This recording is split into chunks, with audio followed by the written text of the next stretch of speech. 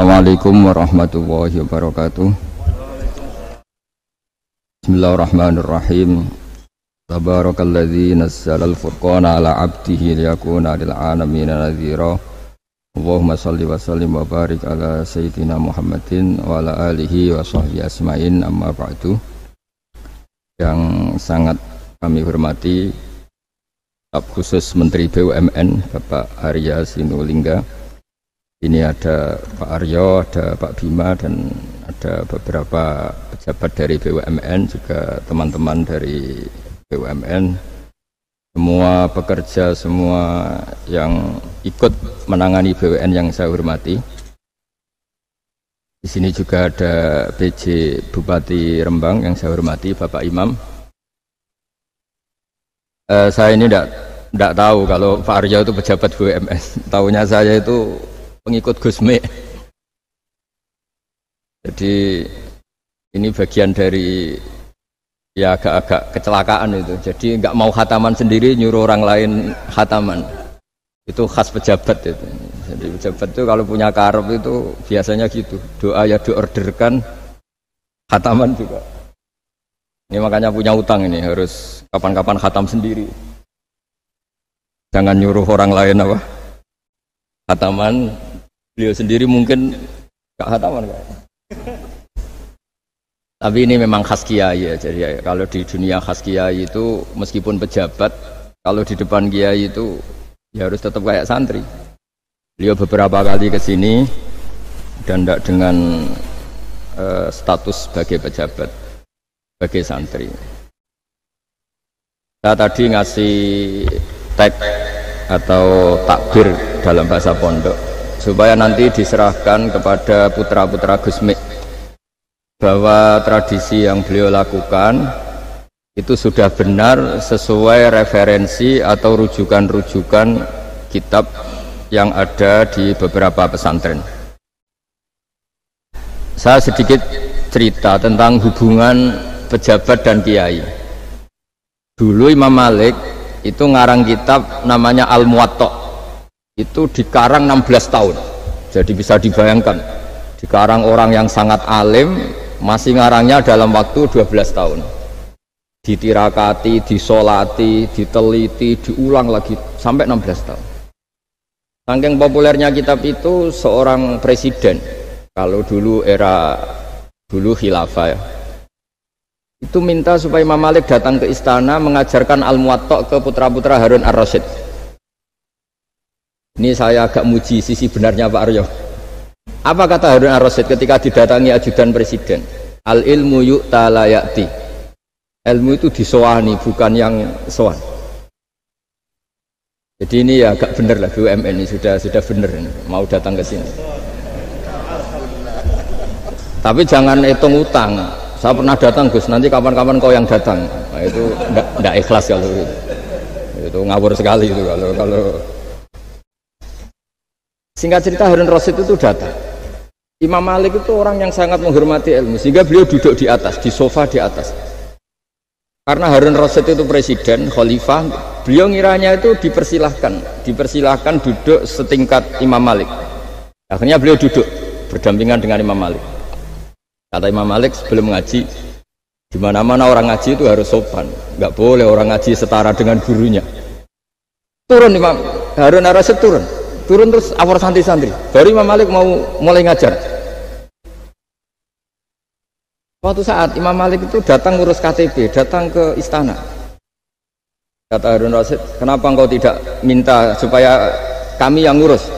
Kata Imam Malik, saya kalau urusan negara itu rakyat, sehingga saya daftar ya antri. Tapi kalau urusan ilmu, kamu santri saya. Jadi orang dulu itu sudah profesional. Jadi kalau Harun Rasyid pas ngaji sebagai santri, tapi kalau Imam Malik ngurus KTP ya sebagai rakyat, ya antri, ya beliau yang datang. Jadi itu sudah ada percontohan hubungan yang sangat elegan, yang sangat saling menghormati antara seorang umara, yaitu zaman itu Harun Ar-Rasyid, dengan Imam Malik. Padahal kitab Muwatta itu kitab yang sangat luar biasa. Akhirnya suatu saat anak-anaknya Harun Rasyid itu disuruh ngaji. Niku penggaweannya niku pekerjaannya itu suruh bawa kendinya Imam Malik kalau mau wudu. Pernah suatu saat Imam Malik wudu, yang mengucurkan air itu putranya Harun ar-Rasyid. Hanya dikucurkan ketika basuh wajah dan tangan. Pas Harun Rasyid lewat, dinasihati juga, halla ghusal taqaddamaihi, harusnya kamu tidak hanya mengucurkan untuk wajahnya, juga untuk kakinya. Padahal itu anak seorang presiden. Jadi betapa dulu itu harkat dan martabat ilmu itu sangat dihormati. Nah, kenapa demikian? Karena ilmu ini yang membentuk sebuah bangsa. Jadi kalau kita berpikir jernih ya, oke, kita ada BNN ya, polisi yang nangani narkoba, terus ada beberapa jabatan atau institusi negara yang bisa mengawal kecurangan, misalnya ada KPK, ada BPK dan sebagainya. Tapi tanpa masyarakat dibentuk kiai dan dibentuk norma-norma agama, itu capek. Mayoritas orang tidak mencuri, itu ya barokahnya dididik kalau mencuri itu dosa, kalau nanti masuk neraka. Sebelum ada KPK dan BPK, itu orang tidak nyuri ya sudah banyak. Karena memang nggak nyurinya itu faktor agama, bukan karena takut KPK. Artinya tanpa agama, tanpa nilai-nilai norma, itu nggak bisa kebayang Indonesia. Karena orang nanti nggak maksiatnya atau nggak salahnya itu takut aparat, bukan takut Tuhan. Makanya kalau guyonan anekdot khas itu, ada orang melanggar rambu-rambu, ketangkep polisi. Kamu tidak tahu kalau ini larangan? Ya tahu Pak. Kenapa tetap melanggar? Karena tidak tahu Bapak di sini. Itu menunjuk polisinya. Itu khas Indonesia. Jadi kalau nggak melanggar itu karena takut aparat, bukan karena kesadaran hukum. Tapi kalau urusan rambu-rambu itu seperti itu. Tapi kalau urusan orang tidak zina, tidak maling, tidak korupsi, itu hampir mayoritas orang Indonesia itu karena takut azab Allah atau takut dosa. Sehingga di desa terbelakang yang nggak terjangkau polisi atau di daerah-daerah yang sangat terpencil, itu perilaku leluhur, yaitu tidak nyuri, tidak zina, tidak apa, itu ya tetap jalan. Karena mereka memang dididik oleh agama. Sehingga keinginan kita terbesar adalah bahwa sesuai konsep Imam Ghazali, al-ulama wal umara tau'amani. Jadi ada sinergi lah antara ulama dan umara. Dulu biasa raja-raja itu ngaji sama ulama. Tapi ulama juga biasa antri di kerajaan untuk ngurus administrasi negara. Jadi beliau-beliau ya bisa sebagai rakyat, tapi juga sekaligus sebagai guru. Karena beliau-beliau ini orang-orang yang bisa menanggalkan egonya. Lalu kenapa kerajaan dulu itu begitu kuat? Ada contoh paling populer dalam mengelola negara, yaitu Umar bin Khattab. Itu Sayyidina Umar bin Khattab. Itu bajunya, jubahnya itu ada 12 jahitan, saking jeleknya itu. Jadi saking jeleknya itu 12 jahitan. Ada pernah seorang kiai yang cerita, ketika Baitul Maqdis itu ditaklukkan oleh pasukan Umar, itu beliau harus naik unta dari Madinah sampai Yerusalem. Karena kerajaan yang ditaklukkan itu membayangkan Umar itu seorang presiden, seorang khalifah, pasti wah. Itu ternyata pas sampai gerbang Yerusalem itu Umar itu yang nuntun unta. Karena ketika unta itu hanya satu, sama pengawalnya bilang, saya mau naik unta asal gantian. Ya 2 kilo Umar naik, 2 kilo ajudannya yang naik, sampai lepas mau pintu gerbang itu pas giliran Umar yang nuntun. Kata ajudannya, kali ini jenengan yang naik saja. Enggak, saya enggak mau bohong. Jadi yang disambut ya ajudannya. Karena ajudannya pakaiannya lebih bagus dan Umar pakai tadi jubah yang berjahit 12. Jadi betapa orang-orang dulu itu ketika jabat itu malah tasawuf. Karena tadi dipandu oleh agama. Setelah itu ada beberapa sahabat yang usul, ada pesta gitu karena ini hari kemenangan. Kata Sayyidina Umar, Inna Allaha ta'ala ayyara qauman faqala adhabtum thayyibatikum fi hayatikumud dunya wastamta'tum biha. di antara kritik Allah kepada orang-orang yang enggak benar adalah jatah kenikmatan kamu sudah kamu habiskan di dunia, maka di akhirat sudah ada jatah. Maka kata Umar, astabqi thayyibati, jatah-jatah kenikmatan saya biarkan utuh, maka tidak saya nikmati sekarang. Nah makanya ini saya sekaligus minta sama BUMN, pokoknya gak usah ngundang saya, ribet. Selain ribet ya soalnya ngaji saja. Nah ini jadi kiai itu ya bingung, ya sering dihormati orang, dicucuk, kadang disangoni. Kalau kadang ya mikir, nak jatah kuntek terus piye. Makanya saya tuh ya sering ngebis, ya biasa saja hidup saya. Karena saya tidak ingin jatah saya ini habis. Tapi kadang-kadang orang itu ingin berlebihan menghormati kiai. Saya berkali-kali bilang, ketika ada orang menghormati saya itu yang repot saya. Yang menghormati benar karena menghormati kiai. Tapi kiainya yang masalah kan. Kalau tidak bisa ngelola hatinya jadi tamak, jadi ribet. Makanya ini kan ya sudah, saya tetap sebagai kiai ngajarkan ikhlas. Makanya guyonan di kitab-kitab dulu, kalau ada orang cantik sowan kiai itu kata kiainya, saya yang bingung, kamu melihat saya ibadah, saya melihat kamu masalah. jadi tapi kalau kiainya agak soleh ya enak, sama-sama seneng kan. Masalahnya kita ini soleh, paling enggak berusaha soleh. Ya jadi kalau Pak Aryo sowan sini itu dia benar, sudah sopan lah sama kiai, beliau pejabat sopan. Saya yang masalah kan. Misalnya saya ke Jakarta terus ingat Pak Aryo ingin difasilitasi, saya kan jadi repot. Makanya kemungkinannya kecil kalau saya ke Jakarta tak hubungin itu kecil dan tidak perlu tersinggung. Saya selama ini ya sering ke Jakarta ya biasa. Saya hampir per 3 bulan atau 4 bulan datang ke pondoknya Pak Kures. Ya jarang hubungi pejabat. Ya sudah, kalau mau ngaji aja. Nah, kenapa saya menekankan ikhlas? Karena ini kan acara khataman. Di antara pokok dari ajaran Quran adalah wa ma umiru illa liya'budullaha mukhlishina lahuddin. Jadi kalau sudah berani beragama ya kita harus ikhlas. Dan saya berkali-kali bilang ikhlas itu mudah, harus dilatih. Saya berkali-kali memberi analogi itu gampang sekali. Lama sekali kita bilang kalau yang putih itu putih. Lama sekali kita bilang yang hitam itu hitam. Itu tidak ada yang gaji.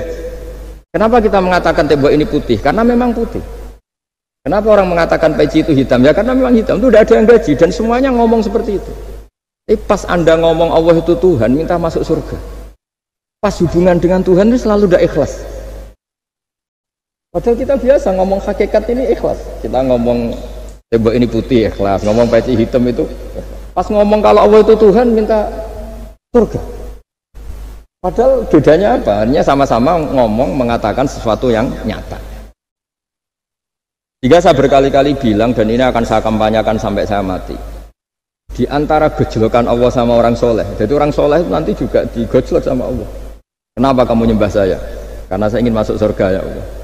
Yang satu ditanya, kenapa kamu nyembah saya? Karena saya takut neraka ya Allah.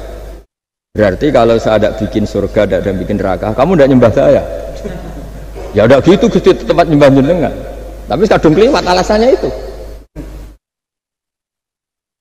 Makanya saya itu tidak pernah bilang ke anak saya gini, kamu harus syukur karena bapak dapat pekerjaan. Tidak pernah saya. Kamu harus syukur bapak punya uang, tidak pernah. Nanti syukurnya nunggu bapak punya uang. Kalau nggak punya uang nggak bapak, ribet. Maka ini yang bupati, yang pejabat tidak usah syukuran bapak naik pangkat, bapak direktur BUMN. Nanti kalau tidak sudah pensiun sudah syukurnya hilang. Nah, karena ini kan ngaji sama kiai ya, saya ajarkan khas kiai. Nah sampai sekarang ya tidak nikmati kebesaran nama saya atau apa, karena tadi memang harus dilatih. Kalau kita bisa mengatakan putih itu ikhlas, tanpa tekanan, tanpa imbalan. Kenapa pas mengatakan Allah Tuhan harus minta surga? Padahal Allah itu tetap Tuhan meskipun tidak menciptakan surga dan neraka. Nah dari pemahaman seperti ini, para mufassir itu tahu kualitas kalimat fattaquni ya ulil albab, takutlah kepada saya. Jadi kualitas kata fattaqun naro sama fattaquni itu bagi orang-orang hakikat lebih takut kalimat fattaquni. Kata orang-orang tasawuf neraka itu nanti, itu pun kita tidak mesti masuk. Tapi kalau Allah sekarang pun sudah ada. Jadi kalau cara berpikir orang tasawuf gini, ini karena Pak Bima mesti gak pernah belajar tasawuf, karena belajarnya nyari uang, jadi makanya ini tak ajari cari tasawuf. Tadi sudah tak gojlok. Harus ngapalkan Quran katanya. Kalau cara berpikir tasawuf itu gini. Surga dan neraka itu muajjalah, itu nanti. Kamu nyembah Allah ingin masuk surga. Takut menghindari maksiat atau takut sehingga tidak maksiat karena takut neraka. Dan surga itu simbol ridhonya. Neraka simbol bencinya, sukhtunya Allah. Terus kata orang-orang tasawuf cara berpikir, Allah itu sudah ada sekarang. Mulai dulu sampai sekarang Allah sudah ada. Kalau Allah sudah ada berarti Allah sekarang ya bisa berstatus ridho ke kamu atau berstatus benci ke kamu. Kenapa takutnya nanti? Wong Allahnya sekarang kok takutnya? Ya sekarang juga. Kamu harus amal tuh nakdan. Nakdan tuh cash. Allahnya ada sekarang ya ibadahnya harus ada sekarang. Makanya kata orang-orang tasawuf, andaikan Allah tidak bikin surga atau neraka ya saya tetap nyembah karena surga itu simbol ridhonya. Bahwa surga itu nyata ada, ya nyata ada. Dengan segala fasilitasnya itu nyata ada. Tapi bahwa surga itu tetap kamu masuk surga karena cari ridhonya Allah. Kalau Allahnya sudah ada, berarti ridhonya sekarang sudah ada. Harus kamu cari sekarang, jangan nanti. Jika kadang-kadang orang yang ingin masuk surga itu ya kelasnya kelas amatir. Masyhur itu. Ada seorang wali masuk surga ketemu Allah ditanya. Karena wali ini biasa mensyafaati murid-muridnya. Ya Allah, kenapa murid-murid saya tidak kelihatan sowan jenengan? Murid-murid kamu ingin masuk surga karena ingin makan enak, punya bidadari cantik-cantik itu di sana. Tapi mereka lupa saya. Jadi akhirnya di surga tapi nggak ketemu Tuhan. Karena inginnya ya sudah trauma punya istri jelek, cerewet. Banyak loh orang yang masuk surga itu yang agak kacau. Enak sudah surga, nanti di sana nggak usah sholat, nggak usah puasa. Jadi sholat yang sekarang udah gak problem. Jadi banyak itu orang-orang Islam yang Islamnya mungkin imannya amatiran. Wah enak masuk surga, nggak ada subuh lagi, nggak ada puasa lagi, bebas. Itu kan kurang ajar betul. Jadi ibadah itu dianggap problem. Bandingkan di cerita dunia wali itu ada wali bertanya gini, ya Allah apa di surga itu ada sholat? Ditanya sama Allah, kenapa kamu tanya gitu? Kalau tidak ada sholat mendingan saya ada di surga. Dia tidak bisa bayangkan ada kenikmatan di atas sholat. Nah kalau jenengan kan nggak bisa bayangkan kalau di surga masih disuruh sholat. Sampai sekarang aja kita tahu berhentinya sholat itu kapan. Kalau sampean tanya gitu, kalau ingin berhenti sholat nggak wajib, majnun. Jadi orang gila langsung nggak wajib. Jadi artinya harus dilatih ilmu-ilmu tasawuf seperti ini supaya hidup itu nyaman. Hidup itu nyaman. Dulu Pak Imam ini ada Pak PJ Rembang. Itu dulu ada seorang raja didatangi ulama. Gimana cara saya tidak nikmati jadi seorang raja? Ulama nasihatinya gampang. Diomongin gini Pak Arya. Pak Raja, kalau kamu di Sahara, di padang Sahara, kemudian Anda kehausan. Kalau tidak minum satu gelas air Anda mati. Apakah? Terus kemudian yang punya air bilang gini, kamu tak kasih air, tapi syaratnya kerajaannya kasihkan saya. Kamu kasihkan apa milih mati? Wah ya milih dikasih air. Mendingan nggak jadi raja tapi hidup. Terus la tafrah bimulkin la yusawi kak samain. Kamu jangan bangga dengan satu kekuasaan, dengan satu kerajaan yang nilainya sama dengan segelas air. Akhirnya dia terjadi raja yang soleh karena ternyata apa? La yusawi kak samain, tidak sama atau ya nilainya itu masih. Nah, kita yang rakyat yang tidak jabat, misalnya masyarakat, itu ya harus berpikir gitu. Orang tidak jadi bupati tetap hidup, nggak jadi pegawai BUMN tetap hidup. Tapi kalau nggak minum air itu mati. Dan rata-rata rakyat itu bisa minum air. Artinya apa? Kita dan mereka itu sama-sama punya nikmat yang pokok, yaitu sadur rumki, nikmat yang bisa mempertahankan kehidupan. Jadi nikmat selain itu tidak pokok. Sehingga orang itu bisa jadi wali. Jadi ini resep jadi wali. Jadi wali itu udah harus tirakat dalail terus gak pernah makan nasi itu enggak, itu keberatan. Jelas sebagai ibu enggak mau itu, mesti enggak mau itu. Mesti enggak mau. Itu. Ya enggak mau ya enggak bakat, jadi sudah pasti enggak mau. Ini saya tahu banyak tentang beliau. Pak Aryo itu bin Slamet dulu abahnya itu ditobatkan Gusmi, dimengertikan agama oleh Gusmi. Karena beliau ingin tetap mencintai Kiai, terus korbannya saya karena Gusmi meninggal, terus mahabbahnya diarahkan ke saya. Jadi saya berdoa supaya diarahkan ke banyak Kiai lah, supaya saya tidak jadi objek sasaran ya. Nanti juga repot ini. Saya itu sering disewani orang dari Kalimantan, Sulawesi, saya ingin idolakan jenengan, saya ingin dekat dengan jangan. Ya sudah lah, pakai kiai lokal di sana aja, jadi sampai tidak ganggu saya, terus kiai lokal di sana juga tidak mahjub oleh saya, kata saya. Saya teruskan ya. Jadi dulu para raja itu dilatih oleh ulama, termasuk dilatih begitu. Kamu punya kamar 1000, kalau tidur per 5 menit ganti kamar, karena eman sudah dibikin kok nggak dipakai. Tidak juga, punya kamar 1000 yang dipakai hanya satu. Ngapain punya 1000 yang dipakai hanya? Punya baju satu lemari yang dipakai hanya satu. Apa mentang-mentang bajunya 5 terus pakai rangkepan sampai 5. Punya mobil 5 yang dipakai ya satu. Jadi orang dulu itu dilatih sebegitu. Sehingga dulu itu tidak ada raja kecuali punya penasihat. Zaman belum Islam ada resi, kalau setelah Islam ada ulama. Sehingga mereka bisa menertawakan kerajaan. Maksudnya dianggap biasa. Ada seorang raja ditanya ulama, khas seorang raja itu apa? Merintah tidak bisa diperintah. Terus si ulama ini tiap pagi itu datang ke atas gunung, cari tempat paling tinggi terus mutola'ah kitab. Setelah mutola'ah kitab ya wasik ya, kayak saya kalau belajar ya asik. Ngalang-ngalain jagungan sama pegawai BUMN kalau saya sudah belajar. Terus dia bilang, enaknya apa jadi raja?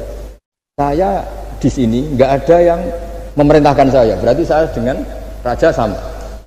Dan kelebihan saya juga tidak ada yang ganggu. Kalau raja masih banyak yang ganggu.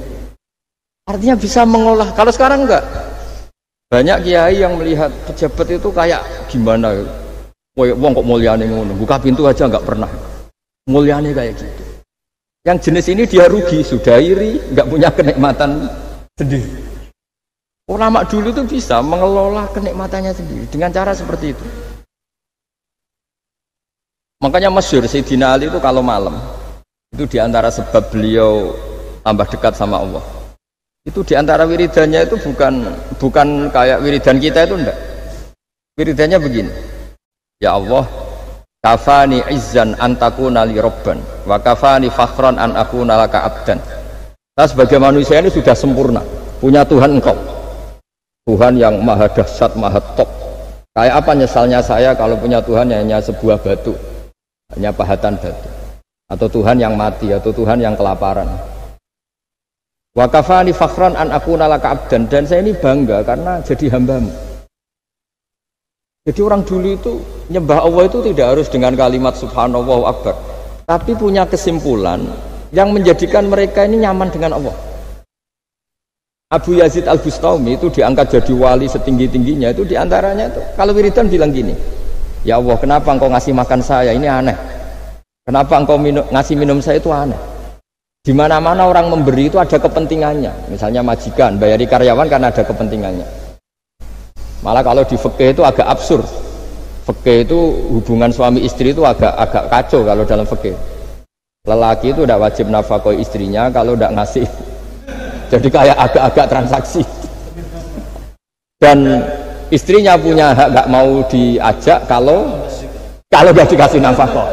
Jadi makanya dulu Mbah Mun tuh kalau ngajar saya fikih itu ngajari wong perhitungan. Maksudnya mau ngambil bojo kok perhitungan. Tapi di mana-mana hubungannya orang tuh begitu. Wong kenal kiai, nak orang meloro kiai diatur ngene iki ora marem. Singkat cerita Bu Yazid itu ya Allah, engkau zat yang luar biasa, engkau tidak butuh saya tapi ngasih saya. Ini fenomena aneh. Di mana-mana orang ngasih itu ada kepentingannya, apalagi pilkada. Wah, itu tambah banyak kepentingan. Artinya dia bisa mensifati Allah dengan cara yang nggak kebayang orang lain. Allah itu tidak butuh kita. Tanpa kita sudah jadi Tuhan, tapi ngasih kita. Apa ya Allah alasan engkau mengasihi saya? Wong saya engkau tidak butuh saya. Di mana-mana orang ngasih itu kan karena butuh. Misalnya kamu ngasih anak, apapun alasan ikhlas Anda ini karena nyaman, anak ini menjadi hiburan, tetap seneng ya. Ada unsur kamu itu dapat timbal balik, setidaknya seneng. Atau ngasih rival politik kamu, setidaknya ya karena safety lah kata tadi Pak Ari. Bergak berontak teman-teman. Pokoknya ada kepentingan. Tapi Allah ini zat yang nggak punya kepentingan, kemudian tetap ngasih. Dari situ terus dia punya cara mencintai Allah. Jadi wali-wali dulu itu punya cara untuk mencintai Allah. Dengan cara seperti itu. Makanya ada wali yang nangani orang-orang macam-macam. Kayak Gusme itu masyhur, beliau nangani orang fasik, orang macam-macam. Dulu itu ya ada seorang wali itu jadi wali karena beli narkoba. Tapi bukan untuk diminum, untuk dimusnahkan. Tapi kalau sekarang nggak mungkin karena narkoba harganya sudah miliaran, triliunan. Kalau dulu mungkin. Jadi ceritanya itu kampung dulu kan terpisah-pisah oleh gunung, oleh apa. Singkat cerita si wali ini setiap ada bandar narkoba dulu pakai Homer kalau dulu arak dibeli sama dia, dibeli setelah agennya pergi dilarungkan pokoknya dibuang begitu terus. Suatu saat si pengedar narkoba ini heran, kampung situ itu selalu tak kirimin Homer kok gak ada yang mabuk, tapi dibayar cash. Malah si orang ini meninggal wani, ternyata dia tidak ingin kampungnya itu mabuk, sehingga dicegat di jalan supaya Homer ini tidak sampai ke kampung. Sekarang kan tidak mungkin narkoba semahal itu. Tapi apapun itu kembali ke ulama dan umaro. Alhamdulillah di Indonesia itu ulama ya mati-matian supaya generasinya tidak terlibat narkoba dengan cara ditakutkan neraka.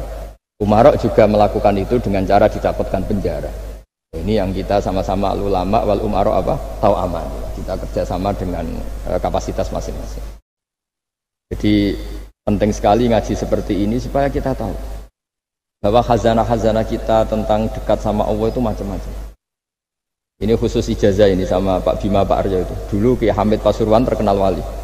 Dan di antara wiridan di Grugol Filin ada beberapa kata yang dari Kiai Hamid. Jadi di Grugol Filin itu kalimatnya utamanya dari Gusme Mbah Ahmad Siddiq, tapi ada beberapa kalimat yang dari Ki Hamid Pasuruan. Saya tahu banyak lah karena bapak saya juga temannya Gusme dan mbah saya kandung sepupu sama Mbah Hamid. Itu kalau ada orang sepuh-sepuh Pak Bima kayak jenengan Pak Aryo disuruh ngapalkan Quran, ya mereka protes. Masa saya hafal Mbah? Sudah lah pokoknya ngapalkan. Ada yang 2 juz mati, 1 juz mati, karena ya sudah sepuh. Suatu saat ada ulama yang tanya, kenapa Pak Hamid? Biar kamu dalam perjalanan di dunia tercatat ini bercita-cita hafal Quran. Jika kalau mati berstatus man salaka thoriqan yaltamisu fihi ilman sahalallahu lahu thoriqan ilal jannah. Orang yang mati berorientasi ingin ngaji. Tapi kalau kamu tidak punya orientasi ngaji kan di otak kita andaikan direkam Allah. Coba hati kita andaikan direkam Allah, ingin kaya, ingin punya gunung, ingin punya alpat, ingin punya ini itu. Coba kalau itu nanti disetel di akhirat. Tapi kalau kamu ingin ngapalkan Quran kan setidaknya pas disetel udah keren. Ingin hafal Quran meskipun tidak hafal-hafal gitu. Ingin hafal itu tapi meskipun nanti kalau malaikatnya drengki ditambahin meskipun. Tapi insya Allah malaikat tidak ada yang drengki. Tapi andaikan kita nanti tidak punya cita-cita ngaji, itu rekaman kita hanya itu, ingin mapan, ingin kaya, ingin menguasai dunia. Betapa malunya kita kalau rekaman itu kita dengar di depan Allah. Padahal nanti niat ini yang dihitung. Faman kanat hijratuhu ilallah wa rasulih fa hijratuhu ilallahi wa rasulih. Orang yang orientasinya hijrah itu meninggalkan yang buruk menuju yang lebih baik, hanya untuk Allah dan Rasul, maka ya dihitung ke sana. Jadi misalnya Pak Bima, Pak Aryo ngapalkan Quran, hafal-hafalnya. Tapi berarti perjalanannya ini mencari ridhonya Allah, itu ditulis. Tapi kalau kita orientasinya ingin mapan, ingin sejahtera, ya ditulis. Ini ingin punya rumah 2, ingin punya rumah di berbagai provinsi. Ini coba kalau itu nanti direkam. Terus ditanya Allah, inginnya kamu apa sih di dunia? Dan itu bisa menjadi status kita. Ngeri kan? Kita ketemu Allah dengan status tidak pencari Allah dan Rasul, tapi pencari kemapan. Itu cara Mbah Hamid untuk mendidik supaya orang itu orientasinya kepada Allah dan Rasul. Disuruh ngapalkan. Ini Pak Aryo cerita, bapaknya hanya disuruh ngapalkan apa? Rabbana dzalamna anfusana. Itu semalam nggak hafal apa. Dan alhamdulillah nggak hafalnya ditiru anaknya. Susahnya kemarin pas ngaji sama saya di kamar saya punya kantor di depan rumah saya. Ya nggak hafal apa. Bener-bener konsisten. Jadi dulu bapaknya itu ketemu Gus Mek di hotel, dia ajarin semalam nggak hafal. Akhirnya hafal lagi. Iya, tapi nunggu sekian tahun mungkin. Jadi yang penting, jadi ulama dulu itu pinter cara menuntun umat menuju Allah dan Rasul. Diajarin. Akhirnya ada dzikrul ghafilin. Itu penting orang itu menuju Allah dan Rasul. Setidaknya kalau direkam itu nanti saya ingin ya Allah dapat ridhomu. Kalau malam ilahi anta matlubi, ilahi anta maqsudi wa ridhoka matlubi. Meskipun semalam hanya dilafatkan sekali, setidaknya Allah mencatat, ya Allah engkau yang kami cari, ridhomu yang kami cari.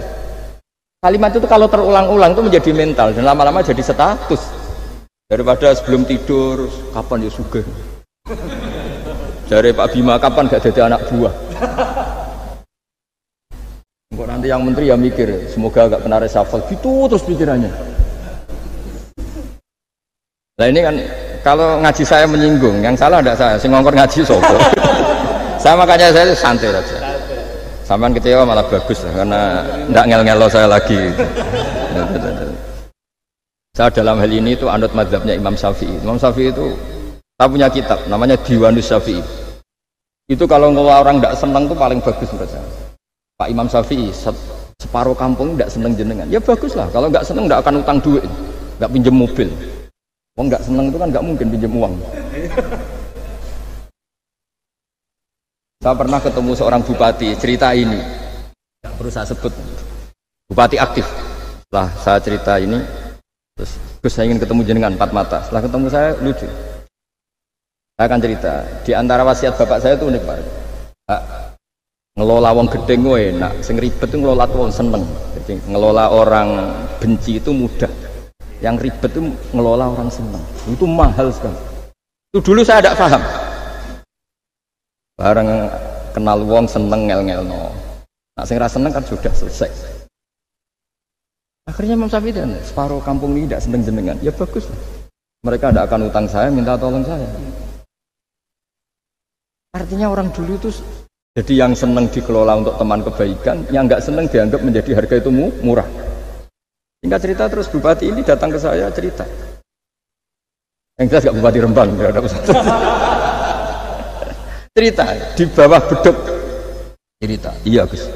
Rival politik saya ketika saya kalahkan itu selesai. Tapi mitra politik nanti saya kira berber.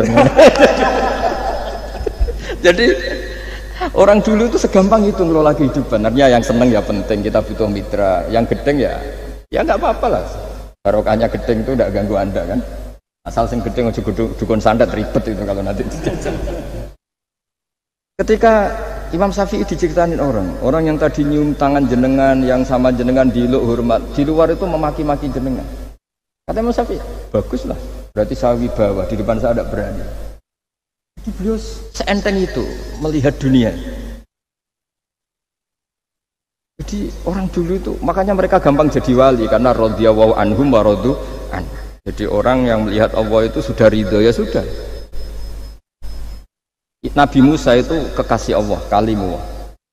Itu orang Israel, itu yang gedeng yo ngel-ngel, yang seneng yo ngel-ngel, malah paling ribet kalau ngadepi orang Israel. Singkat cerita Nabi Musa itu bilang gini, ya Allah kasih saya ijazah. Yang dengan ijazah itu orang terbungkam semua, tidak bisa ngeritik saya, tidak bisa mencibir saya, tidak bisa ngata-ngatain saya. Jawabnya Allah itu lucu. Ya Musa, hadza syai'un lam asna'hu li nafsi, fa kaifa asna'hu bika. Aku pangeran sing salah paham akeh, apa meneh kowe mau nabi. Aku iku pangeran sing salah paham mbek aku akeh. Jadi saya ini Tuhan. Yang cara pandang tentang saya keliru itu saja banyak, apalagi kamu. Mestinya saya yang terbebas dari disalahpahami. Padahal Nabi Musa aku itu pangeran, darani anak di bojo, ono sing darani aku fakir, ono sing darani aku kikir, macam-macam. Orang Yahudi itu kalau rezekinya baru sempit itu bilang ini Tuhan kikir sekali. Sampai Laqad sami Allahu qala alladziina qalu innallaha faqir. Artinya pejabat juga gitu, kalau salah kebijakan juga dihujat. Ini tidak mensejahterakan rakyat.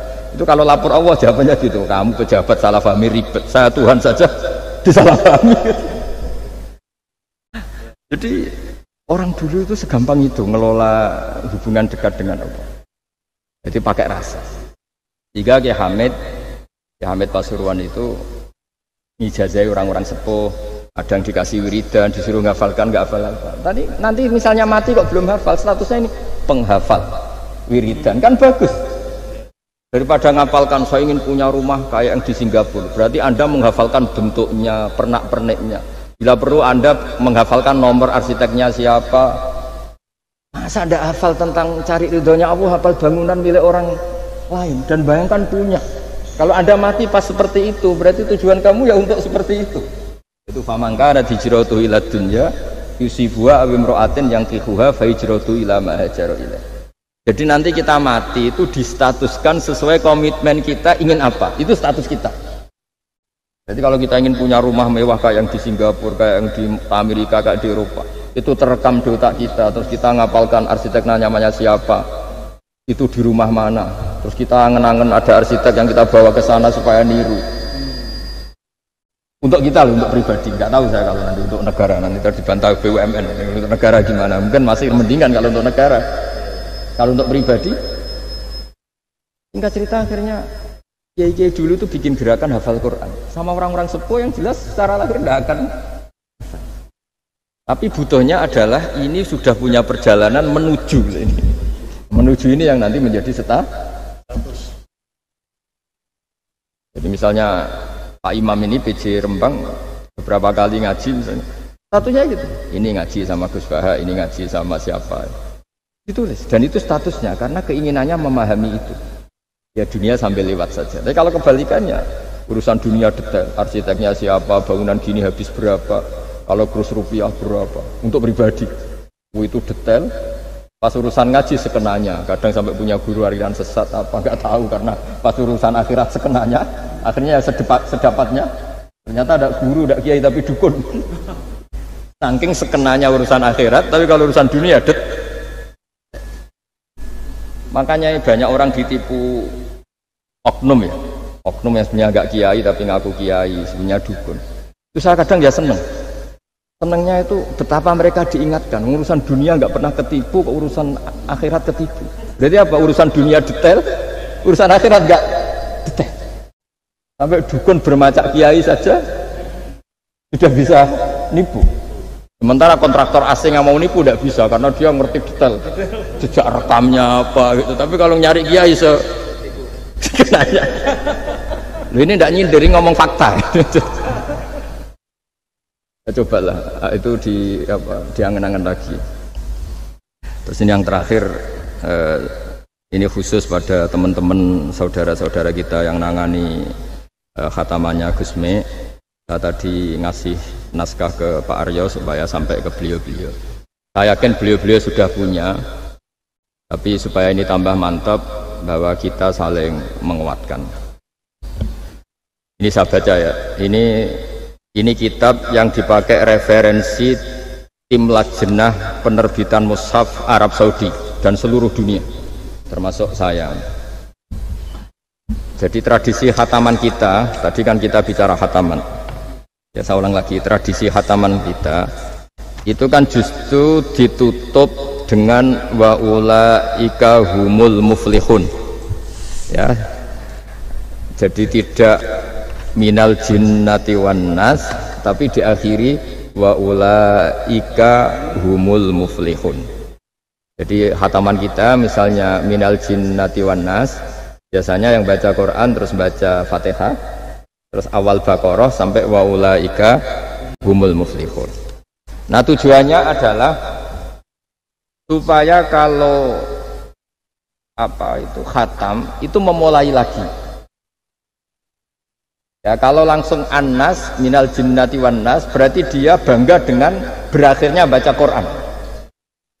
Pertanyaannya, dengan Anda ketemu Allah, seneng ya jagunganmu aku sebar. Betapa buruknya kita jadi hamba. Kayak kita dulu ketika ngaji, Tak baru uhure ngajine wis bar. Berarti nganggo guru itu problem. Makanya bangsa Indonesia itu ya agak lambat pinter karena sekolah juga dianggap problem. Pas masuk merengut, waduh sekolah. Pas bubar seneng, waduh wis sekolah. Jangan-jangan kita sholat juga gitu, ono adzan, waduh wis adzan.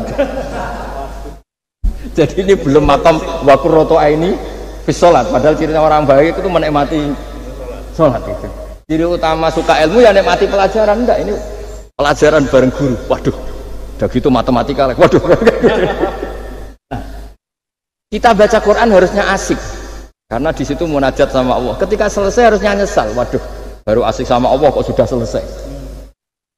Dan Allah punya alasan untuk menyalahkan kita. Karena kita misalnya baru seneng-senengnya pacaran misalnya. Kan tidak mau akhir. Kenapa pas seneng Allah seneng berakhir? Nanti kalau kamu ditanyakan gitu tidak bisa jawab. Nah, pakai analogi itu makanya jangan pernah merasa akhir kalau baca Quran. Minal jinnati wan nas, terus baca Fatihah, terus memulai lagi. Wa ulaika humul muflihun. Sebagai bukti ya Allah, ini khataman sementara. Tapi saya akan berlanjut lagi, terus dimulai betul. Jika ijazah kiai-kiai kuno kalau orang haji atau umroh itu supaya kuat haji lagi, kalau ijazah kiai kuno itu sederhana.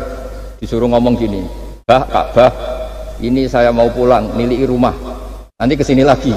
Kayak gitu. Sudah, Pak. Jangan setelah selesai ibadah haji seneng karena mau pulang.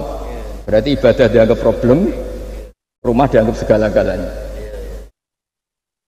Jadi itu ada filosofinya. Nah, ternyata tradisi seperti itu mudawwan. Mudawwan itu dibukukan. Ya, saya baca ini di kitab Ghisun Naf'i, karangan Imam Waliwah As-Sofakusi. Saya baca saja. Nanti yang ngerti bahasa Arab biar diartikan sendiri, yang nggak ngerti nanti saya bantu.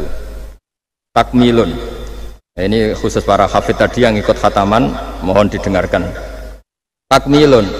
Fi masaila tata'allaku bil khotmi. Al-ula sabatan nasu anil maki min riwayatil bazi wa kumpul wa ghairihima annaman qara'a wa khotama ila akhirin nas qara'a al-fatihata ilal muflihun min awalil baqarah wasa al-amalu bihada fi sairi biladil muslimin.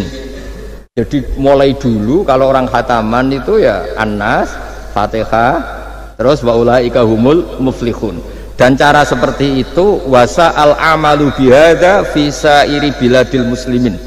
Semua negara dunia ya sama seperti itu.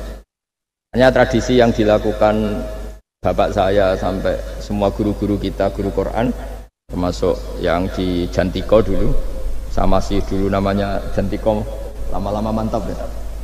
Itu sudah benar itu. Jadi mungkin teman-teman sudah melakukan tapi nggak tahu filosofinya. Ini saya bantu. Filosofinya adalah supaya kita tidak merasa mengakhiri baca Quran, tapi sekaligus memulai. Kalau nak kue niat ngakhiri tenan itu seakan-akan kan baca Quran itu problem. Terus ketika berakhir kita senang. Sholat juga gitu Pak Imam. Yang menjadikan umatnya Rasulullah SAW dijamin surga itu diantaranya cara sholat begini Pak Arya. Saya hafal hadisnya itu. Absyiru ya ma'syaral muslimin. Ini kata Rasulullah. Hari ini Jibril muncul dan memberi satu pengumuman yang sangat menggembirakan. Apa itu? Umatku berstatus, ya ini kata malaikat Jibril, umatku berstatus mereka itu fa'alu faridotan wantadoru ukhra, melakukan satu fardu selesai atau addu faridotan wantadoru ukhra. Jadi misalnya tadi saya sholat subuh, status saya ditulis oleh malaikat Jibril, Bak tadi sholat subuh, dan ketika saya ditanya, Bak kok ijek urip sampai jam 10, jam 11, ngenteni apa sholat duhur. Ketika sholat duhur selesai, orientasi saya ngenteni sholat asar. Begitu seterusnya. Hingga statusnya umatnya Nabi adalah addu faridotan wantazoru ukhra. Komitmennya adalah melakukan satu fardu dan menunggu yang lain. Berarti kita dihimpit di dua kebaikan. Kebaikan sudah kita lakukan dan kebaikan yang lain kita cita. Kita sekarang ngasih anak yatim. Di hati kita juga ingin mengasih lagi. Ngasih orang miskin juga gitu. Begitu juga kebaikan-kebaikan yang lain. Jika kita dihimpit di dua apa? Kebaikan yang kita lakukan dan kebaikan yang kita angankan ya, atau kita cita-citakan. Ya sudah begitu.